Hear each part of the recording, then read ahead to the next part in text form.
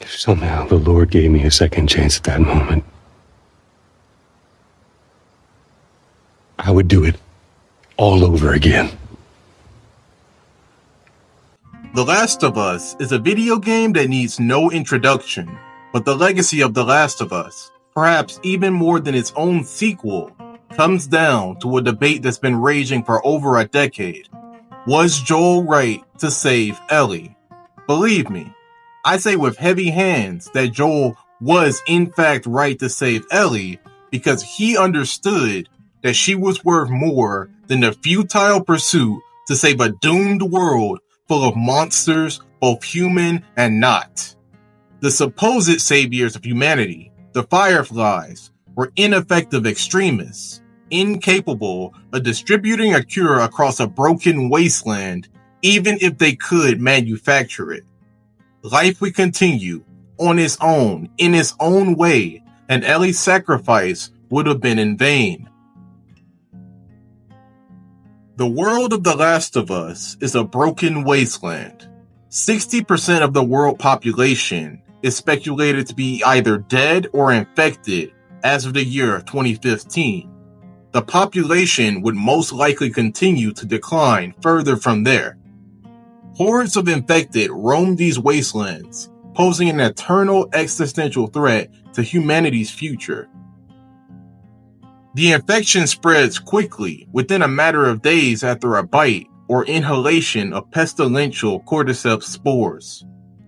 Following infection, the humanity of the individual is suppressed as the fungal infection takes root in the brain and the body, transforming a person into an unhinged, homicidal agent of death and disease.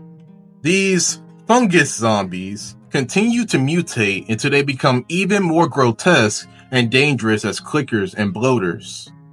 If we assume that the world population loss was evenly distributed and we take into account the US population in the year of the outbreak, which was 2013, we can get a rough estimate of how many dead and infected there are in the United States at least. According to Census.gov, the United States population in 2013 was about 315 million people.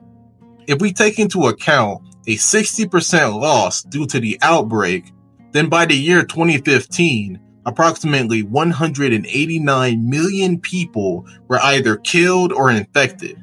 Then you take into account that this metric is based on only the first 2 years of the outbreak, so who knows how many more died or became zombies. That takes us to the aftermath. The government of the United States has been completely disbanded and replaced by a permanent martial law state in places a quarantine zone was able to be established. Said military force, FEDRA, is a ruthless, iron-fisted regime that has completely dismantled anything close to a constitutional right in pursuit of total order and control over the populace. In spite of the omnipresent threat of infection from zombies, however, FEDRA completely abuses their authority and thus has spawned equally ruthless extremist groups such as the Fireflies. There is little to no communication outside of FEDRA, and everyone is pretty spread out. The last time there was so much as a radio broadcast was in late 2014. Nobody can communicate outside of quarantine zones or small groups, and many of those who do so under subterfuge. Also, we see all throughout the game that with humanity decimated, nature and the cordyceps fungus have claimed large sects of human infrastructure, rendering it either unusable or uninhabitable. This is one of the major reasons it takes Joel and Ellie about a year to get from Boston to Salt Lake City. Even before Joel ever met Ellie, he and Tessa's smuggling operations were already risky enough.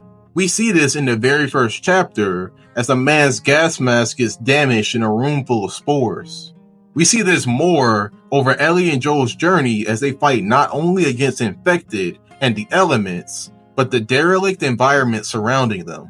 This breakdown in infrastructure would make it nearly impossible to ever move goods, people, or perhaps a vaccine across the country effectively. Additionally, there's the problem of the people who did survive. or more specifically, what parts of them survived. After the breakdown of conventional society, the only thing that mattered anymore to those who avoided death or infection was survival.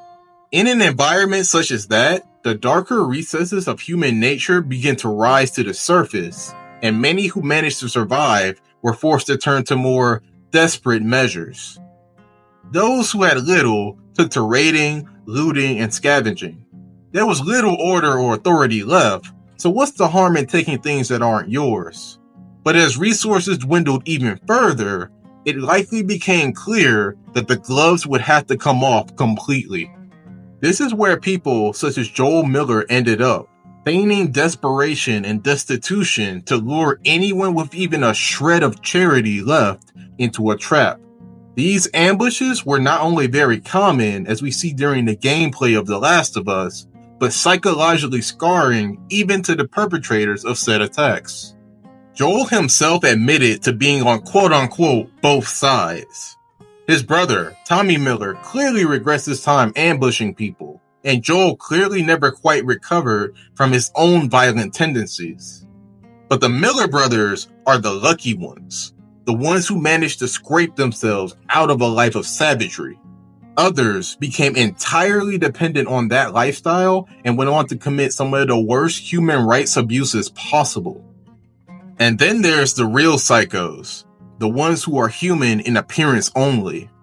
Creatures like David, who not only live like savages, but eat like them too.